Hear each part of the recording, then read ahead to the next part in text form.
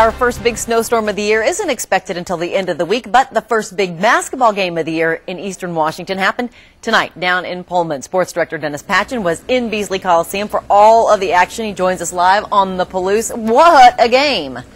It was interesting. You know, after the half, everybody in Beasley Performing Arts Center and Friel Court said, you know what, this might not be a bad basketball game after all. We might be in for a real thrill, 40 minutes of action. But the final 20 minutes of this game, all Gonzaga Bulldogs. You know what, the Washington State Cougar fans, let's take a look at that video if we could. The Washington State Cougar fans were fired up, and why not? Their team was only down one early in the second half. But it was a Zag night.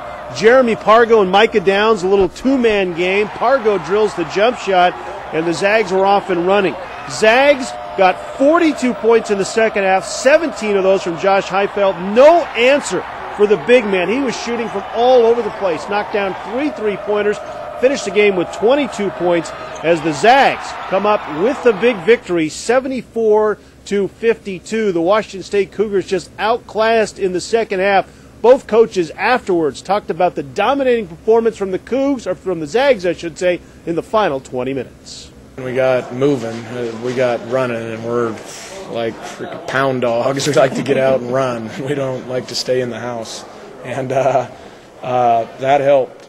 It was too many turnovers, too many breakdowns, you know, just everything, and that hurt. It really did.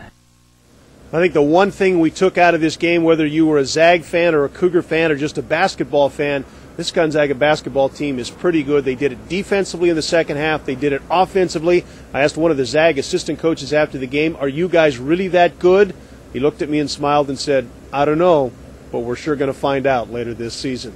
We'll be back with more later on in sports, more reaction, more highlights as the Zags come up with a mighty big win here in Pullman. Reporting live, I'm Dennis Patchin, KXOI4 HD Sports.